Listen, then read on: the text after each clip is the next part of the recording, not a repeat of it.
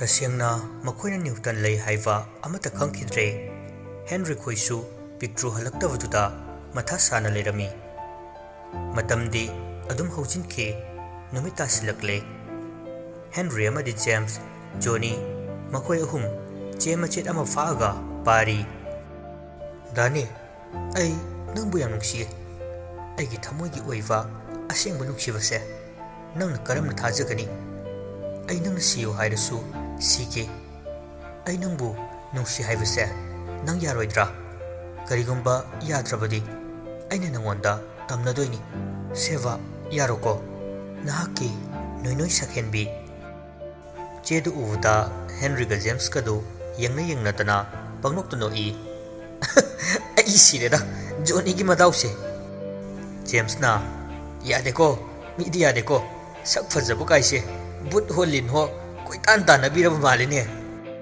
जोनी दु peri peri तौरगा ऐते सिजनिंगे कइनो मोइनो खल्लिसे Henry ना कोक या थोपिर कइनो अदुगा अइखोगी मिचंग खरा चंगनसे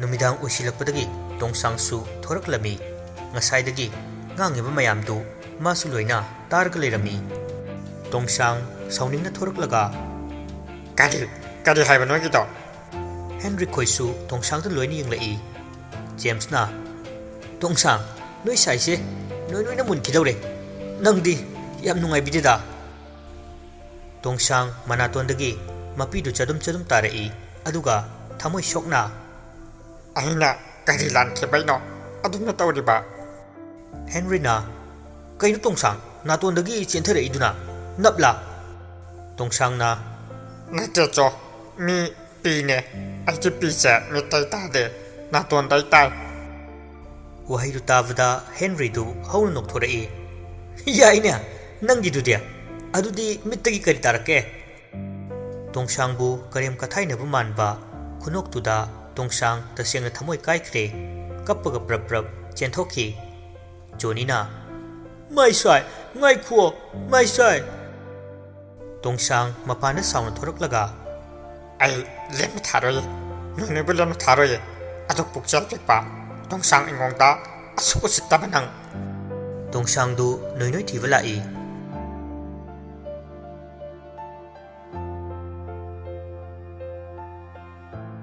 Somda achauna Munan aiko yaima halaktriba Taibungo udine aidi ngasai aina dukan chalu halakpada leiramdre munane ta sengba khanglamde newton fabgi maramda masu yumda leitringai tanja lauraga ye christian amari leima noinoi makhoina sinbani aina call tawu chatene op leine munana office ta leirambasu yai taingo makhoisu asumna khanaraga leirami nakanda leimadi Masadu humang kangle amuk khangkidra khana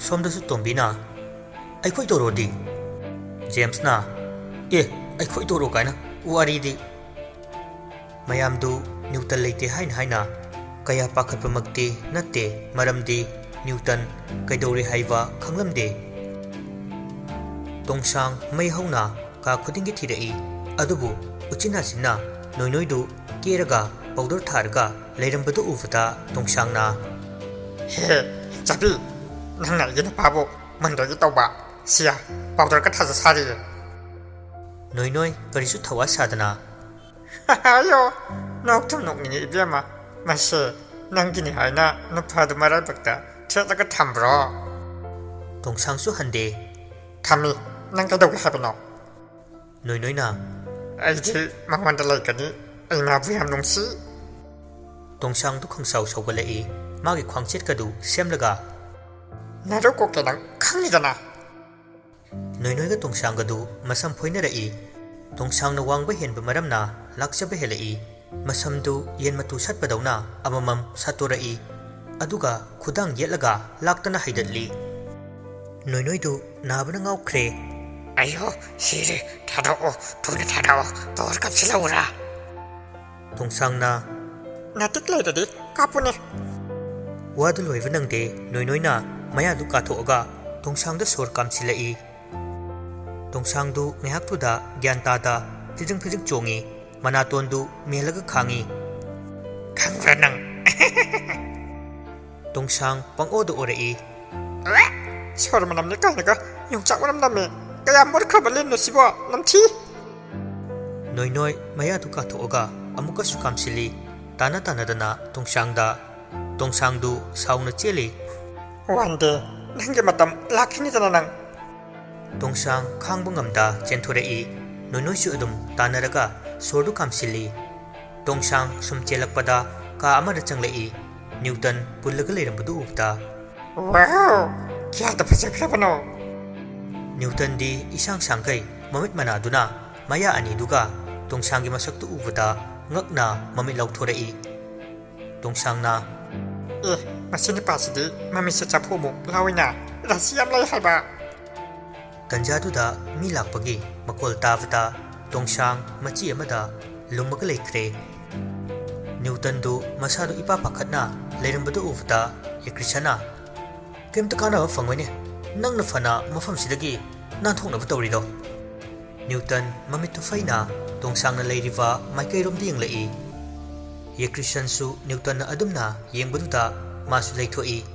Kanagumba ama leivadongna tawbududa Yakrishan pakhatna magi revolver du shatlaga.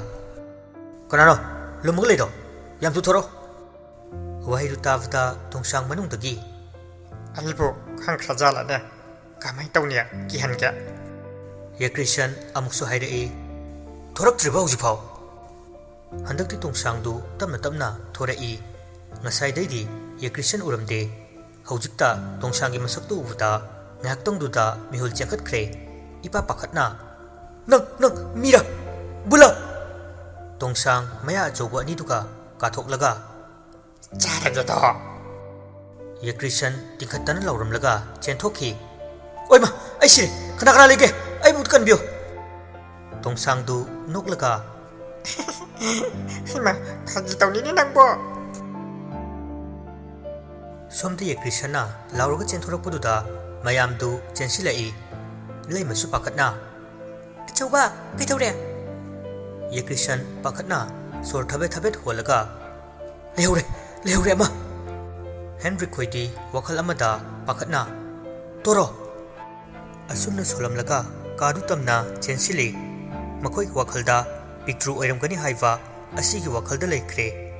Adubu makoina changlakpada Newton masapumnamak punsilaga yang wana leiramba amadi nakanda Tongsang lepaga leirambadu ubda. Tayai Tongsang nang. Henry ngaktangduda sauningbana wahang pahang tawdana Tongsangda fat chongsilaga namaga phui. Migi yumsida laga nang na ikoi hatna tawwa. Tongsang pakhatna Kaito aina kaida hatna batawe. Ha aina kaitawre thado. James na masi thomjil lokaraga. Henry na masi pangtinglaga thamge nang. Tongsang manatondagi mapita na Kaino ai Jesus Christ nati. Johnny khoin tawraga Newton bu makhong makhut pulivatu loine lokthoi. Newton na mabu tharo mana ti. Henry na adudi kana tanjaduda Yakrishan changlai tungda leimasu yauna. Henry sauna ngasisu nang. Yakrishan noklaga aina tawge khankiba thabakta ngasi fawa amata lemna tokti haiva nang khangba natra. Newton asawna mai hokituna changsilai adubu Yakrishana hana mi kaya ama nektuna thamlami. Makoi pulap phajinkhre. Makoi natana achau amadi munan su yauna laiva sing adugi marakta yamna haithoi singthoibasu yaurami. Tongsang busu karigumba bottle amada pharaga thami. Imungda leiriva haibabu Rosivina amadi Devrani makoidi hana yumdudagi thairaga thamkhre. Achausu mana machani haina khaluwa mahakta natana magi hek loina vina tawra iva thabaksi asuki matik pendraduna. Mama nang mangna asiguma thabaksi aigi ifamda tawbugamlaba.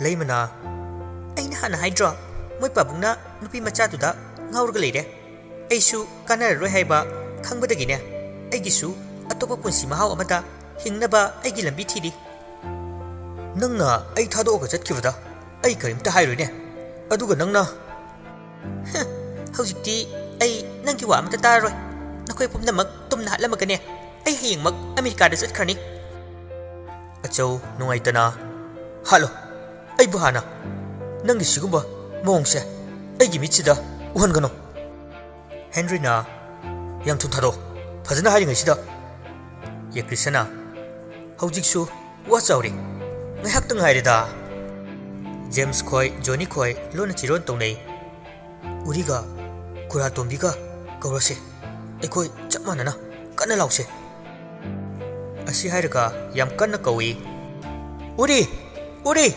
ꯈꯨꯔꯥꯂꯤꯟ ꯇꯥꯕ꯭ꯔꯣ ꯑꯩꯈꯣꯏ ꯃꯨꯛꯇ ꯀꯧꯔꯨ ꯂꯥꯛꯑꯣ ꯃꯈꯣꯏꯅ ꯑꯁꯨꯝꯅ ꯀꯧꯔꯛꯄꯗꯨꯗ ꯌꯦꯀ꯭ꯔꯤꯁꯟ ꯍꯣꯏꯗꯤ ꯇꯁꯦꯡꯕ ꯑꯃꯠꯇ ꯈꯪꯂꯝꯗꯦ ꯂꯩ ꯃꯈꯣꯏꯁꯨ ꯃꯈꯣꯏ ꯂꯩ ꯍꯥꯏꯕ ꯆꯞ ꯆꯥꯕ ꯄꯤꯛꯇ꯭ꯔꯨ ꯂꯤꯟꯅꯤ ꯑꯗꯨꯒ ꯇꯣꯡꯁꯥꯡ ꯃꯈꯣꯏꯒ ꯂꯣꯏꯅꯩ ꯁꯤꯗꯅꯤ ꯈꯪꯕ ꯇꯣꯡꯁꯥꯡꯅ ꯇꯥꯕꯤꯔꯅꯤ ꯉꯁꯥꯏ ꯐꯨꯜ ꯍꯥꯎꯁꯀꯤ ꯗ꯭ꯔꯃꯥꯗꯣ ꯌꯦꯡꯍꯧꯕꯅꯤ ꯌꯦꯀ꯭ꯔꯤꯁꯅ ꯀꯩꯕꯨꯅꯣ ꯍꯥꯏꯁꯦ ꯀꯅꯥꯅꯣ ꯄꯤꯛꯇ꯭ꯔꯨꯔꯥ ꯇꯣꯡꯁꯥꯡ ꯇꯨꯃꯤꯟꯅ ꯑꯃꯨꯛ ꯂꯩꯈ꯭ꯔꯦ ꯍꯦꯟꯔꯤ ꯑꯃꯗꯤ ꯖꯦꯝꯁ ꯈꯣꯏꯁꯨ ꯌꯥꯝ ꯀꯟꯅ ꯀꯟꯅ ꯀꯧꯏ ꯑꯁꯨꯝꯅ ꯃꯈꯣꯏꯅ ꯀꯧꯕꯗꯒꯤ ꯃꯆꯤꯟꯁꯤꯡꯗꯨ ꯂꯣꯏꯅ ꯃꯦꯟꯁꯤꯟꯈ꯭ꯔꯦ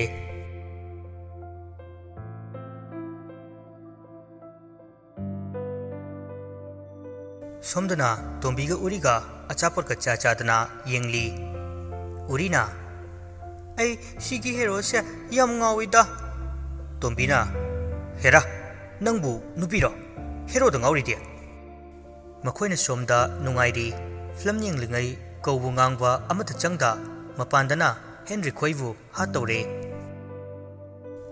ꯅ꯭ꯌꯨꯇꯟ ꯃꯁꯥꯗꯨ ꯁꯥꯎꯅꯤꯡꯕꯅ ꯃꯥꯕꯨ ꯐꯅ ꯐꯥꯔꯕꯁꯨ ꯌꯦꯀ꯭ꯔꯤꯁꯟꯕꯨ ꯍꯥꯠꯂꯛꯀꯤ ꯃꯇꯥꯒꯨꯝ ꯃꯈꯨꯠ ꯑꯅꯤꯗꯨ ꯑꯃꯗꯤ ꯃꯆꯤꯟ ꯄꯨꯜꯂꯁꯨ ꯆꯪꯁꯤꯜꯂꯛꯏ ꯑꯗꯨꯕꯨ ꯌꯦꯀ꯭ꯔꯤꯁꯟꯅ ꯃꯥꯒꯤ ꯃꯈꯣꯡꯗꯨꯗ ꯅꯣꯡꯃꯩ ꯀꯥꯞꯄꯤ ꯅꯣꯡꯁꯥꯒꯤ ꯃꯈꯨꯠꯇ ꯇꯥꯔꯕ ꯁꯖꯤꯅ ꯅꯣꯡꯁꯥꯕꯨ ꯍꯥꯠꯂꯦ ꯍꯥꯏꯕꯁꯤ ꯇꯥꯈ꯭ꯔꯕ꯭ꯔꯥ ꯅ꯭ꯌꯨꯇꯟꯒꯤ ꯃꯈꯣꯡꯗꯒꯤ ꯊꯣꯔꯛꯏꯕ ꯏꯁꯤꯡꯗꯨ ꯎꯕꯗ ꯍꯦꯟꯔꯤ ꯈꯣꯏ ꯂꯥꯎꯕꯁꯨ ꯀꯧꯕꯁꯨ ꯉꯝꯗ ꯅ꯭ꯌꯨꯇꯟꯗ ꯌꯦꯡꯂꯒ ꯀꯞꯂꯤ ꯂꯩꯃꯅ ꯏꯕꯨꯡꯉꯣ ꯃꯈꯣꯏꯕꯨ ꯍꯥꯠꯂꯣ ꯑꯩꯈꯣꯏ ꯀꯨꯏꯅ ꯂꯩꯔꯒꯨꯝꯁꯤ ꯑꯐꯕ ꯑꯣꯏꯔꯣꯏꯌꯦ ꯑꯁꯨꯝꯅ ꯉꯥꯡꯅꯔꯤꯉꯩ ꯇꯟꯖꯥ ꯑꯗꯨꯗ ꯃꯊꯛꯇꯒꯤ ꯍꯦꯂꯤꯀꯣꯞꯇꯔ ꯃꯈꯣꯜ ꯇꯥꯔꯛꯏ ꯍꯦꯟꯔꯤ ꯈꯣꯏꯗꯤ ꯄꯤꯛꯇ꯭ꯔꯨ ꯂꯥꯛꯑꯦ ꯍꯥꯏꯕ ꯈꯪꯂꯝꯃꯤ ꯃꯔꯝ ꯑꯁꯤꯅ ꯌꯥꯝ ꯍꯔꯥꯎꯔꯝꯃꯤ ꯑꯗꯨꯕꯨ ꯀꯔꯤꯁꯨ ꯈꯪꯗꯕ ꯃꯣꯏ ꯑꯇꯩꯅ ꯉꯛꯅ ꯀꯩꯅꯣ ꯌꯥꯝ ꯅꯛꯅ ꯁ꯭ꯋꯥꯏꯗ ꯍꯦꯂꯤꯀꯣꯞꯇꯔ ꯄꯥꯏꯔꯛꯏꯁꯤꯅ ꯄꯨꯂꯤꯁꯇꯒ ꯇꯥꯛꯄ ꯌꯥꯎꯈ꯭ꯔꯖꯥꯠꯂꯥ ꯐꯗ꯭ꯔꯠ ꯄꯥꯏꯁꯤꯜꯂꯛꯄꯗꯨ ꯎꯕꯗ ꯑꯇꯣꯞꯄꯁꯤꯡꯗꯨꯅ ꯀꯩꯅꯣ ꯁꯤꯕꯣ ꯃꯤꯔ ꯀꯩꯅꯣ ꯎꯆꯦꯛꯂꯅꯦ ꯌꯦꯀ꯭ꯔꯤꯁꯟ ꯉꯛꯅ ꯄꯤꯛꯇ꯭ꯔꯨ ꯅꯪ ꯅ꯭ꯌꯨꯇꯟꯗꯤ ꯃꯪꯒ ꯆꯞ ꯃꯥꯟꯅꯈ꯭ꯔꯦ ꯇꯧꯔꯤꯕ ꯃꯇꯧꯗꯨ ꯉꯛꯄꯅ ꯈꯝ ꯊꯦꯡꯈ꯭ꯔꯦ ꯄꯤꯛꯇ꯭ꯔꯨꯁꯨ ꯅ꯭ꯌꯨꯇꯟꯅ ꯏ ꯑꯣꯔꯣ ꯑꯣꯔꯣ ꯇꯥꯈꯩ ꯂꯩꯕꯗꯨ ꯎꯕꯗ ꯄꯥꯈꯠꯅ ꯁꯔ ꯂꯩꯃꯅ ꯃꯈꯥꯗ ꯂꯩꯔꯝꯕ ꯄꯣꯠ ꯑꯃꯅ ꯊꯥꯔꯛꯏ ꯃꯁꯤ ꯇꯣꯔꯣꯁꯤꯗ ꯍꯥꯠꯂꯒꯦ ꯄꯤꯛꯇ꯭ꯔꯨꯅ ꯀꯩꯅꯣꯅꯦ ꯉꯥꯎꯕ꯭ꯔꯣ ꯅꯣꯏ ꯍꯥ ꯑꯩꯅ ꯂꯣꯏꯅ ꯍꯥꯠꯀꯅꯤꯌꯦ ꯅꯈꯣꯏ ꯂꯩꯔꯤꯕ ꯅꯨꯄꯥꯁꯤꯡꯗꯨ ꯄꯤꯛꯇ꯭ꯔꯨꯒꯤ ꯃꯁꯛ ꯎꯕꯗ ꯃꯃꯤꯠꯇꯨ ꯂꯥꯎꯊꯣꯛꯑꯒ ꯑꯌꯥ ꯈꯨꯐꯖꯁꯤ ꯀꯩꯅꯣꯅꯦ ꯂꯥꯏꯒꯤ ꯃꯆꯥ ꯑꯣꯏꯔꯖꯥꯠꯂꯥ ꯌꯦꯀ꯭ꯔꯤꯁꯟꯅ ꯃꯥꯏꯕ ꯑꯃ ꯌꯥꯎꯕꯗꯨꯗ ꯃꯥꯃꯥ ꯑꯁꯤꯅꯦ ꯑꯩꯅ ꯍꯥꯏꯕ ꯂꯤꯟꯗꯣ ꯃꯥꯏꯕꯗꯨꯅ ꯍꯥꯏ ꯁꯤꯗꯤ ꯐꯖꯩꯍꯦ ꯑꯩ ꯑꯗꯨꯝ ꯐꯥꯔꯒ ꯄꯨꯈ꯭ꯔꯒꯦ ꯄꯤꯛꯇ꯭ꯔꯨꯁꯨ ꯃꯃꯤꯠꯇꯨ ꯂꯪꯊꯣꯛꯑꯒ ꯃꯍꯨꯗꯨ ꯐꯤ ꯀꯥꯝꯃꯤ ꯌꯦꯀ꯭ꯔꯤꯁꯟ ꯈꯣꯏꯁꯨ ꯄꯤꯛꯇ꯭ꯔꯨꯅ ꯉꯝꯗꯅꯕ ꯍꯥꯏꯗꯅ ꯀꯔꯤ ꯀꯔꯤꯅꯣ ꯁꯦꯝ ꯁꯥꯔꯒ ꯊꯝꯂꯝꯃꯤ ꯂꯤꯟꯒꯤ ꯄꯦꯅꯥꯒꯗꯨ ꯈꯣꯡꯕ ꯍꯧꯔꯛꯏ ꯄꯤꯛꯇ꯭ꯔꯨ ꯃꯃꯤꯠ ꯃꯅꯥ ꯂꯪꯊꯣꯛꯑꯒ ꯗꯥꯟꯁ ꯇꯧꯔꯛꯏ ꯃꯥꯗ ꯅꯠꯇꯅ ꯅꯣꯏꯅꯣꯏꯁꯨ ꯆꯦꯟꯊꯣꯔꯛꯏ ꯑꯩꯁꯨ ꯗꯥꯟꯁ ꯇꯧꯕ ꯌꯥꯎꯖꯒꯦ ꯌꯦꯀ꯭ꯔꯤꯁꯟꯅ ꯅꯣꯏꯅꯣꯏ ꯅꯪ ꯑꯁꯥꯏꯗ ꯂꯩꯁꯣ ꯉꯝꯗꯦ ꯑꯩ ꯌꯥꯎꯅꯤ ꯑꯁꯤ ꯍꯥꯏꯔꯒ ꯄꯤꯛꯇ꯭ꯔꯨ ꯃꯈꯣꯏ ꯑꯅꯤ ꯊꯦꯛꯇꯅ ꯖꯒꯣꯏꯕꯨ ꯁꯥꯕꯅꯦ ꯗꯥꯟꯁꯄꯨ ꯇꯧꯕꯅꯦ ꯑꯃꯨꯛꯇ ꯑꯣꯏꯕ ꯂꯣꯏꯔꯦ ꯃꯌꯥꯝꯗꯨ ꯄꯤꯛꯇ꯭ꯔꯨꯒꯤ ꯖꯒꯣꯏꯗ ꯉꯥꯎꯗꯨꯅ ꯀꯟꯅ ꯌꯦꯡꯅꯔꯤ ꯄꯩꯁꯥ ꯊꯥꯖꯤꯜꯂꯛꯄꯁꯨ ꯌꯥꯎꯅꯔꯤ ꯑꯗꯨ ꯎꯕꯗ ꯅꯣꯏꯅꯣꯏꯗꯤ ꯁꯥꯎꯅꯤꯡꯕꯅ ꯂꯣꯏꯔꯦ ꯃꯉꯣꯟꯗꯗꯤ ꯃꯌꯥꯝꯅ ꯑꯃꯠꯇ ꯌꯦꯡꯅꯗ꯭ꯔꯦ ꯍꯥꯏꯗꯨꯅ ꯔꯞ ꯆꯦꯟꯁꯤꯜꯂꯛꯂꯒ ꯃꯈꯣꯏꯒꯤ ꯃ꯭ꯌꯨꯖꯤꯛ ꯈꯣꯡꯂꯤꯕ ꯄꯨꯟꯗꯤꯗꯨ ꯊꯨꯒꯥꯏꯔꯝꯃꯤ ꯑꯩꯕꯨ ꯁꯥꯎꯍꯟꯕ ꯑꯩ ꯅꯣꯏꯒꯤ ꯃꯤꯆꯪ ꯆꯪꯉꯔꯣꯏ ꯇꯟꯖꯥꯗꯨꯗ ꯍꯦꯟꯔꯤꯅ ꯖꯣꯅꯤꯗ ꯏꯪꯒꯤꯠ ꯇꯧꯏ꯫ ꯖꯣꯅꯤꯗꯨ ꯃꯆꯤꯟ ꯄꯨꯜꯂꯁꯨ ꯃꯈꯣꯡꯗꯨ ꯊꯤꯜꯂꯒ ꯃꯥꯕꯨ ꯎꯍꯜꯂꯤ꯫ ꯅꯣꯏꯅꯣꯏ ꯖꯣꯅꯤꯕꯨ ꯎꯔꯛꯏ ꯃꯃꯤꯠ ꯂꯥꯎꯊꯣꯛꯂꯒ ꯑꯌꯥ ꯗꯥꯅꯤ ꯇꯣꯡꯁꯥꯡꯗꯨ ꯁꯥꯎꯅ ꯕꯣꯇꯜ ꯃꯅꯨꯡꯗꯒꯤ ꯂꯥꯎꯔꯛꯏ꯫ ꯍꯦ ꯑꯩꯒꯤ ꯙꯝꯆꯥꯅꯦ꯫ ꯃꯈꯣꯏꯅ ꯇꯧꯔꯤꯕ ꯃꯇꯧꯗꯨꯗ ꯌꯦꯀ꯭ꯔꯤꯁꯟ ꯈꯣꯏ ꯂꯩꯃ ꯈꯣꯏ ꯉꯛꯅ ꯌꯦꯡꯂꯤ ꯅꯨꯄꯥꯁꯤꯡꯗꯨꯁꯨ ꯌꯥꯎꯅ꯫ ꯃꯁꯤꯒꯤ ꯇꯟꯖꯥ ꯌꯦꯡꯂꯒ ꯄꯤꯛꯇ꯭ꯔꯨ ꯃꯤꯡꯁꯦꯜ ꯃꯃꯥꯡꯗ ꯆꯦꯟꯁꯤꯜꯂꯤ ꯑꯗꯨꯒꯗꯤ ꯉꯁꯥꯏꯗꯒꯤ ꯑꯃꯨꯛ ꯃꯨꯠꯈꯤꯕ ꯃꯄꯥ ꯃꯃꯥꯅ ꯊꯥꯔꯛꯄ ꯚꯤꯗꯤꯑꯣꯗꯨ ꯃꯔꯥꯏꯕꯛꯇ ꯆꯣꯡꯊꯣꯔꯛꯏ ꯃꯃꯥ ꯃꯄꯥ ꯍꯥꯠꯄꯒꯤꯗꯨ꯫ ꯂꯩꯃ ꯆꯪꯁꯤꯜꯂꯛꯂꯒ ꯅꯪꯁꯨ ꯉꯁꯤꯗꯤ ꯅꯊ꯭ꯋꯥꯏ ꯃꯥꯡꯕ ꯇꯥꯔꯦꯗꯅ ꯅꯃꯥ ꯅꯄꯥꯒꯨꯝ꯫ ꯄꯤꯛꯇ꯭ꯔꯨ ꯅꯤꯡꯁꯤꯡꯂꯒ ꯃꯩ ꯍꯧꯔꯛꯂꯦ ꯂꯩꯃꯕꯨ ꯂꯥꯛꯇꯅ ꯏꯟꯊꯣꯛꯂꯒ ꯅꯈꯣꯏ ꯄꯨꯝꯅꯃꯛꯄꯨ ꯑꯃꯠꯇ ꯂꯦꯝꯅ ꯊꯥꯔꯣꯏ ꯑꯩꯅ꯫ ꯃꯥꯏꯕ ꯑꯗꯨꯁꯨ ꯄꯤꯛꯇ꯭ꯔꯨꯒꯤ ꯃꯑꯣꯡꯗꯨꯗ ꯀꯤꯗꯨꯅ ꯃꯥꯒꯤ ꯃꯟꯇ꯭ꯔ ꯁꯣꯜꯂꯒ ꯄꯤꯛꯇ꯭ꯔꯨꯗ ꯑꯋꯥꯕ ꯄꯤꯔꯝꯃꯤ꯫ ꯄꯤꯛꯇ꯭ꯔꯨ ꯆꯩꯅꯥ ꯈꯥꯡꯕ ꯉꯝꯗ ꯐꯔ ꯑꯣꯜꯂꯤ꯫ ꯃꯄꯥ ꯃꯃꯥꯅ ꯍꯥꯏꯔꯝꯕ ꯋꯥꯍꯩ ꯑꯃꯈꯛ ꯅꯤꯡꯁꯤꯡꯂꯛꯏ꯫ ꯈꯨꯗꯛꯇꯨꯗ ꯄꯤꯛꯇ꯭ꯔꯨ ꯅꯤꯡꯒꯥꯡ ꯐꯝꯊꯈꯤ꯫ ꯃꯥꯒꯤ ꯃꯑꯣꯡꯗꯨꯗ ꯌꯦꯀ꯭ꯔꯤꯁꯟꯅ ꯀꯩꯅꯣ ꯃꯥꯅ ꯇꯧꯔꯤꯁꯤꯅ? ꯄꯤꯛꯇ꯭ꯔꯨ ꯍꯪꯉꯣꯏꯗꯧꯅ ꯐꯟ ꯆꯣꯡꯉꯤ ꯑꯗꯨꯒ ꯃꯀꯣꯛꯇꯨ ꯍꯥꯏꯔꯒ ꯁꯝꯗꯨ ꯆꯞ ꯌꯨꯡꯈꯠꯂꯛꯏ꯫ ꯑꯉꯛꯄꯒꯤ ꯅꯣꯡꯗꯝꯅꯤ ꯄꯤꯛꯇ꯭ꯔꯨ ꯃꯤꯀꯨꯞ ꯈꯔꯒꯤ ꯃꯇꯨꯡꯗ ꯑꯆꯧꯕ ꯂꯤꯟꯖꯥꯎ ꯑꯃꯈꯛ ꯑꯣꯟꯊꯣꯔꯛꯏ ꯑꯗꯨꯒ ꯍꯥꯟꯅ ꯃꯥꯏꯕꯗꯨ ꯎꯝꯁꯤꯟꯈꯤ꯫ ꯂꯩꯔꯤꯕ ꯅꯨꯄꯥꯁꯤꯡ ꯑꯃꯗꯤ ꯌꯦꯀ꯭ꯔꯤꯁꯟ ꯈꯣꯏ ꯀꯥꯏꯔꯒ ꯆꯦꯜꯂꯤ꯫ ꯄꯤꯛꯇ꯭ꯔꯨꯁꯨ ꯇꯥꯟꯅꯗꯅ ꯂꯣꯏꯅ ꯆꯤꯈꯥꯏꯔꯒ ꯍꯥꯠꯂꯤ꯫ ꯑꯆꯧ ꯈꯣꯏꯗꯤ ꯇꯧꯔꯤꯕ ꯃꯇꯧꯗꯨꯗ ꯀꯤꯕꯅ ꯈꯝ ꯊꯦꯡꯈ꯭ꯔꯦ꯫ ꯍꯦꯟꯔꯤ ꯈꯣꯏꯁꯨ ꯑꯗꯨꯝꯅ ꯇꯧꯔꯝꯅꯤ ꯍꯥꯏꯕꯗꯤ ꯈꯪꯗꯦ꯫ ꯅꯣꯏꯅꯣꯏꯁꯨ ꯀꯤꯔꯛꯇꯅ ꯍꯦꯟꯔꯤ ꯈꯣꯏ ꯖꯣꯅꯤ ꯈꯣꯏ ꯅ꯭ꯌꯨꯇꯟ ꯈꯣꯏꯒꯤ ꯄꯨꯜꯂꯤꯕ ꯃꯆꯤꯟꯒꯗꯨ ꯂꯣꯏꯅ ꯊꯥꯗꯣꯛꯏ꯫ ꯌꯦꯀ꯭ꯔꯤꯁꯟꯒ ꯂꯩꯃꯒꯗꯨ ꯄꯨꯟꯅ ꯄꯤꯛꯇ꯭ꯔꯨꯅ ꯌꯦꯠꯁꯤꯜꯂꯒ ꯊꯝꯂꯝꯃꯤ꯫ ꯂꯩꯃ ꯀꯞꯂꯒ ꯃꯣꯏ ꯄꯥꯕꯨꯡ ꯑꯩꯕꯨ ꯑꯃꯨꯛꯇ ꯀꯟꯕꯤꯌꯣ꯫ ꯑꯆꯧ ꯂꯩꯃꯕꯨ ꯋꯥꯔꯧꯅ ꯌꯦꯡꯂꯛꯑꯒ ꯃꯉꯛꯇꯨ ꯍꯥꯏꯔꯛꯏ꯫ ꯌꯦꯀ꯭ꯔꯤꯁꯟꯁꯨ ꯀꯤꯕꯅ ꯀꯣꯏꯔꯥꯎ ꯂꯥꯎꯏ꯫ ꯄꯤꯛꯇ꯭ꯔꯨ ꯑꯩꯕꯨ ꯊꯥꯗꯣꯛꯑꯣ ꯅꯪꯅ ꯄꯥꯝꯕ ꯈꯨꯗꯤꯡꯃꯛ ꯑꯩ ꯄꯤꯒꯦ ꯑꯩꯒꯤ ꯊꯋꯥꯏꯗ ꯀꯜꯂꯣ꯫ ꯅ꯭ꯌꯨꯇꯟ ꯈꯣꯏꯗ ꯑꯃꯨꯛ ꯑꯣꯟꯁꯤꯜꯂꯒ ꯏꯕꯨꯡ ꯃꯆꯥ ꯌꯥꯏꯃ ꯃꯥꯕꯨ ꯈꯥꯝꯃꯣ ꯅꯣꯏ ꯅꯪ ꯑꯩꯕꯨ ꯀꯜꯂꯣ꯫ ꯍꯦꯟꯔꯤ ꯊꯃꯣꯏ ꯄꯦꯟꯅ ꯊꯋꯥꯏꯒ ꯍꯛꯆꯥꯡꯒ ꯈꯥꯏꯅꯔꯝꯗꯥꯏꯁꯤꯗꯗꯤ ꯅꯪ ꯑꯩꯈꯣꯏꯕꯨ ꯅꯤꯡꯁꯤꯡꯂꯛꯄ꯭ꯔꯥ? ꯀꯔꯤ ꯐꯥꯎꯏ? ꯅꯪ ꯃꯤ ꯑꯃꯗ ꯌꯥꯎꯔꯝꯗꯧꯕ ꯑꯋꯥꯕ ꯅꯨꯡꯉꯥꯏꯇꯕꯗꯤ ꯀꯔꯤꯁꯨ ꯎꯗꯕ ꯅꯁꯥꯒꯤ ꯑꯋꯥꯕꯗ ꯎꯕ꯫ ꯄꯤꯛꯇ꯭ꯔꯨꯅ ꯌꯦꯀ꯭ꯔꯤꯁꯟ ꯑꯃꯗꯤ ꯂꯩꯃ ꯌꯣꯠꯁꯤꯟꯒꯦ ꯇꯧꯕꯗ ꯅ꯭ꯌꯨꯇꯟꯅ ꯄꯤꯛꯇ꯭ꯔꯨ! ꯄꯤꯛꯇ꯭ꯔꯨꯁꯨ ꯅ꯭ꯌꯨꯇꯟꯗ ꯌꯦꯡꯂꯛꯏ꯫ ꯅ꯭ꯌꯨꯇꯟꯅ ꯇꯧꯒꯅꯨ ꯍꯥꯏꯅ ꯃꯉꯛꯇꯨ ꯍꯥꯏꯔꯛꯏ꯫ ꯍꯦꯟꯔꯤꯅ ꯇꯌꯥꯏ ꯃꯣꯏꯒꯨꯝꯕꯁꯤꯗꯤ ꯍꯤꯡꯕꯗꯒꯤ ꯀꯥꯟꯅꯗ꯭ꯔꯕ ꯃꯤ ꯉꯥꯛꯇꯅꯤ ꯁꯤꯖꯈꯤꯁꯅꯨ꯫ ꯅ꯭ꯌꯨꯇꯟꯅ ꯅꯠꯇꯦ ꯏꯕꯨꯡ ꯃꯆꯥ꯫ ꯄꯤꯛꯇ꯭ꯔꯨ ꯁꯥꯎꯅꯤꯡꯅ ꯇꯝꯊꯤꯕ ꯃꯑꯣꯡꯗ ꯂꯩꯃ ꯑꯃꯗꯤ ꯌꯦꯀ꯭ꯔꯤꯁꯟꯕꯨ ꯌꯣꯠꯁꯤꯟꯈ꯭ꯔꯦ꯫ ꯃꯇꯧꯗꯨ ꯎꯕꯗ ꯅ꯭ꯌꯨꯇꯟꯅ ꯄꯤꯛꯇ꯭ꯔꯨ! ꯄꯤꯛꯇ꯭ꯔꯨ ꯂꯤꯟꯖꯥꯎ ꯑꯣꯜꯂꯒ ꯁꯥꯎꯅ ꯌꯦꯡꯂꯛꯏ ꯑꯗꯨꯒ ꯏꯃꯨꯡ ꯑꯗꯨꯗꯒꯤ ꯇꯨꯃꯤꯟꯅ ꯊꯣꯛꯈꯤꯔꯝꯃꯤ꯫ ꯖꯦꯝꯁꯅ ꯄꯤꯛꯇ꯭ꯔꯨ! ꯍꯦꯟꯔꯤꯁꯨ ꯇꯥꯟꯅꯔꯒ ꯄꯤꯛꯇ꯭ꯔꯨ ꯀꯥꯏꯗꯅꯣ ꯅꯪ ꯆꯠꯂꯤꯗꯣ? ꯅ꯭ꯌꯨꯇꯟꯗꯤ ꯍꯧꯖꯤꯛ ꯃꯥꯒꯤ ꯃꯥꯡꯗ ꯊꯣꯛꯈꯤꯕ ꯊꯧꯗꯣꯛꯇꯨ ꯃꯪꯒ ꯆꯞ ꯍꯦꯛ ꯃꯥꯟꯅꯔꯦ ꯇꯧꯔꯤꯕꯗꯨ꯫ ꯑꯗꯨꯕꯨ ꯍꯦꯟꯔꯤ ꯈꯣꯏꯅ ꯑꯆꯧ ꯃꯨꯅꯥꯟ ꯅ꯭ꯌꯨꯇꯟ ꯈꯣꯏꯗ ꯋꯥꯔꯤ ꯄꯨꯝꯅꯃꯛ ꯍꯥꯏꯕꯗꯒꯤ ꯑꯃꯠꯇ ꯆꯤꯠꯊꯗꯅ ꯒ꯭ꯌꯥꯟ ꯇꯥꯅꯕ ꯂꯤꯔꯛꯂꯝꯃꯤ꯫ ꯑꯆꯧꯅ ꯃꯈꯣꯏ ꯑꯃ ꯁꯤꯈꯤꯕꯗ ꯑꯩ ꯀꯔꯤꯁꯨ ꯅꯨꯡꯉꯥꯏꯇꯕ ꯄꯣꯛꯇꯦ꯫ ꯆꯠꯈ꯭ꯔꯁꯅꯨ ꯑꯩ ꯄꯦꯜꯂꯦ ꯊꯃꯣꯏꯁꯦ ꯑꯗꯨꯛꯀꯤ ꯃꯇꯤꯛ ꯄꯦꯜꯂꯦ ꯄꯨꯛꯆꯦꯜ ꯑꯗꯨꯛ ꯄꯤꯛꯄ꯫ ꯅ꯭ꯌꯨꯇꯟ ꯍꯦꯟꯔꯤꯒꯤ ꯃꯈꯨꯠꯇꯨ ꯄꯥꯏꯔꯒ ꯄꯥꯈꯠꯅ ꯏꯕꯨꯡ ꯃꯆꯥ ꯄꯤꯛꯇ꯭ꯔꯨꯗꯣ ꯀꯥꯏꯗ ꯂꯩꯔꯝꯒꯅꯤ? ꯃꯥ ꯑꯩꯕꯨ ꯊꯥꯗꯣꯛꯑꯒ ꯆꯠꯈꯤꯗ꯭ꯔꯥ? ꯃꯥꯕꯨ ꯑꯃꯨꯛꯇ ꯀꯧꯋꯣ꯫ ꯍꯦꯟꯔꯤ ꯈꯣꯏ ꯖꯣꯅꯤ ꯈꯣꯏꯁꯨ ꯄꯤꯛꯇ꯭ꯔꯨꯕꯨ ꯊꯤꯕ ꯊꯣꯔꯛꯂꯝꯃꯤ ꯀꯧꯗꯨꯅ ꯂꯥꯛꯏ꯫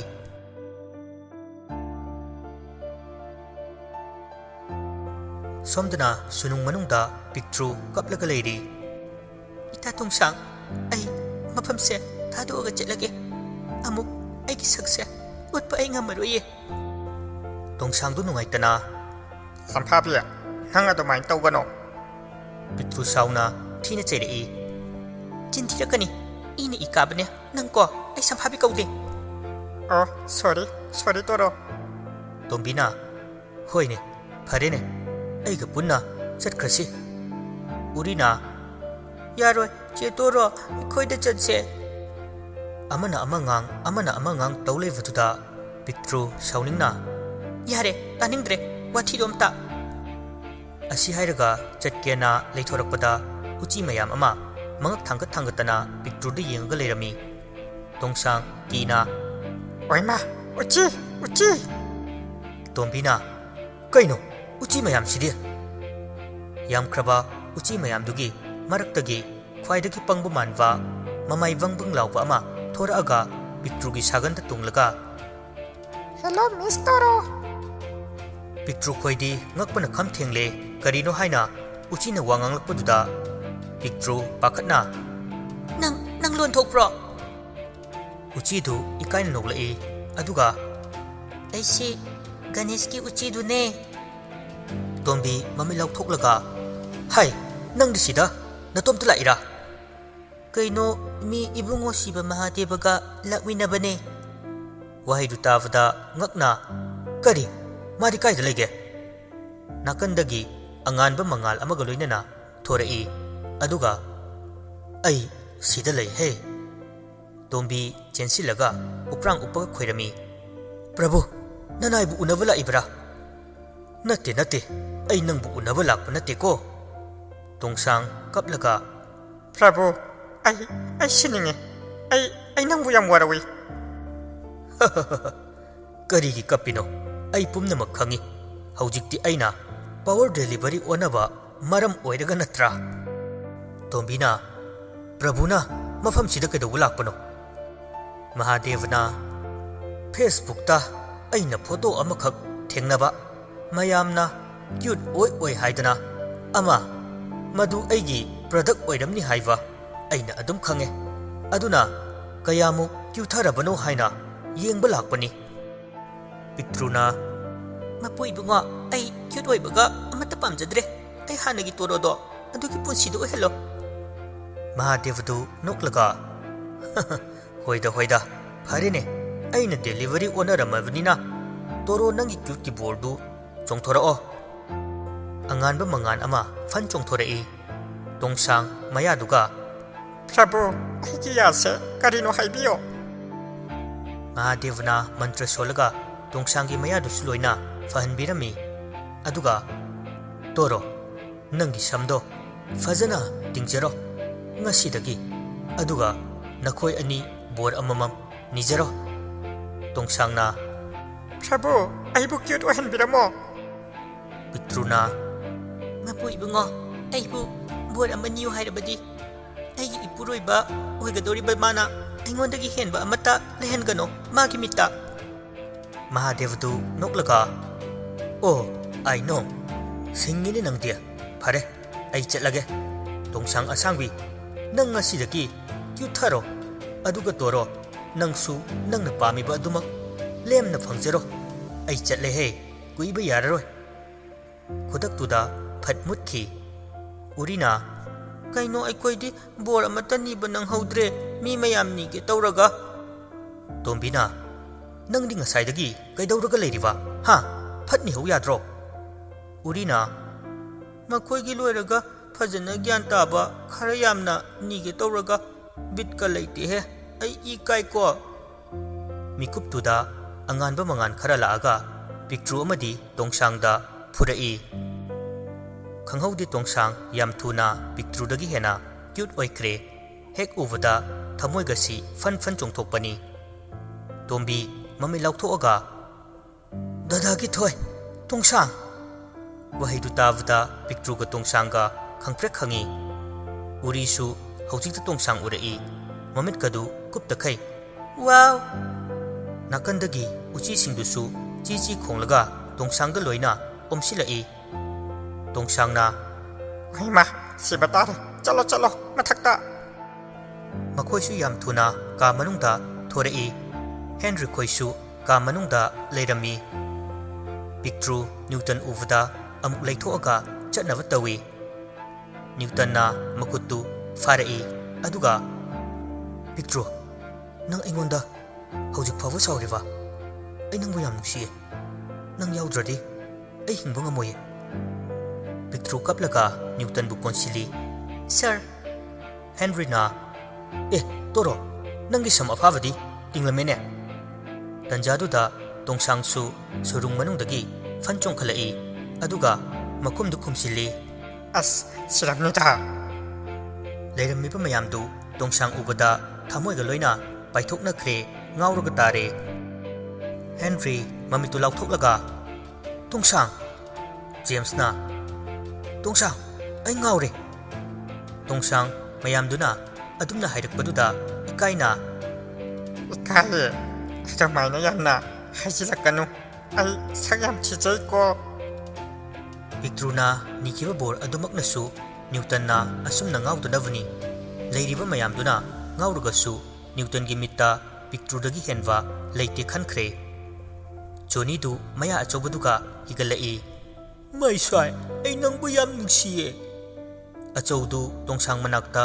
ꯆꯪꯁꯤꯜꯂꯛꯂꯒ ꯌꯥꯝ ꯀ꯭ꯌꯨꯠ ꯑꯣꯏꯌꯦ ꯁꯥꯡꯇꯛ ꯇꯧꯔꯒ ꯃꯨꯅꯥꯟꯗꯨ ꯇꯟꯖꯥꯗꯨꯗ ꯆꯥ ꯄ꯭ꯂꯦꯠ ꯑꯃ ꯄꯥꯏꯔꯒ ꯄꯨꯊꯣꯔꯛꯏ ꯇꯣꯡꯁꯥꯡ ꯎꯕꯗ ꯃꯈꯨꯠꯇ ꯄꯥꯏꯔꯝꯕ ꯆꯥꯗꯨ ꯇꯥꯈꯤꯕ ꯈꯪꯍꯧꯗꯦ ꯑꯩ ꯉꯥꯎꯔꯒ ꯇꯥꯔꯦ ꯄꯤꯛꯇ꯭ꯔꯨꯅ ꯑꯩ ꯋꯥꯏ ꯁꯪꯉꯤ ꯅꯨꯄꯥ ꯑꯃ ꯐꯪꯂꯀꯥꯟꯁꯤꯗ ꯀ꯭ꯌꯨꯠꯀ ꯄꯥꯝꯖꯗ꯭ꯔꯦ ꯑꯩ ꯃꯌꯥꯝꯗꯨ ꯑꯃꯅ ꯑꯃꯨꯛ ꯇꯣꯡꯁꯥꯡ ꯑꯃꯅꯁꯨ ꯇꯣꯡꯁꯥꯡ ꯂꯣꯏꯔꯦ ꯑꯃꯨꯛ ꯇꯣꯏꯕ ꯇꯣꯡꯁꯥꯡꯗꯤ ꯁꯦꯂꯦꯕ꯭ꯔꯤꯇꯤ ꯑꯣꯟꯈ꯭ꯔꯦ ꯃꯁꯥꯗꯨ ꯆꯥꯎꯊꯣꯛꯄꯗ ꯔꯥꯕꯣꯟꯗꯒꯤ ꯍꯦꯟꯈ꯭ꯔꯦ ꯃꯁꯤꯗ ꯅꯠꯇꯦ ꯐꯛꯂꯥꯡꯗ ꯅꯞꯄꯒ ꯂꯩꯔꯝꯕ ꯆꯨꯝ ꯑꯃꯁꯨ ꯇꯣꯡꯁꯥꯡꯒꯤ ꯃꯁꯛ ꯎꯕꯗ ꯉꯥꯎꯔꯒ ꯃꯃꯤꯠꯇꯨ ꯂꯥꯎꯊꯣꯔꯛꯏ ꯃꯥꯅ ꯂꯩꯔꯤꯗꯨ ꯐꯛꯂꯥꯡꯅꯤꯒ ꯀꯥꯎꯈ꯭ꯔꯦ ꯃꯈꯨꯠꯇꯨ ꯊꯥꯗꯣꯔꯛꯄꯗ ꯆꯨꯝꯗꯨ ꯃꯈꯥꯗ ꯇꯥꯔꯒ ꯁꯤꯈꯤꯔꯝꯃꯤ ꯍꯦꯟꯔꯤꯅ ꯇꯣꯡꯁꯥꯡ ꯅꯪ ꯅꯍꯥꯟꯈꯩ ꯑꯩꯈꯣꯏ ꯌꯨꯝꯗꯒ ꯂꯩꯍꯟꯕꯤꯔꯤ ꯅꯠꯇ꯭ꯔꯥ ꯑꯩꯅ ꯍꯥꯏꯁꯦ ꯌꯥꯎ ꯄ꯭ꯂꯤꯖ ꯖꯣꯅꯤ ꯍꯦꯟꯔꯤꯗ ꯃꯃꯤꯠꯇꯨ ꯈꯥꯅ ꯌꯦꯡꯂꯒ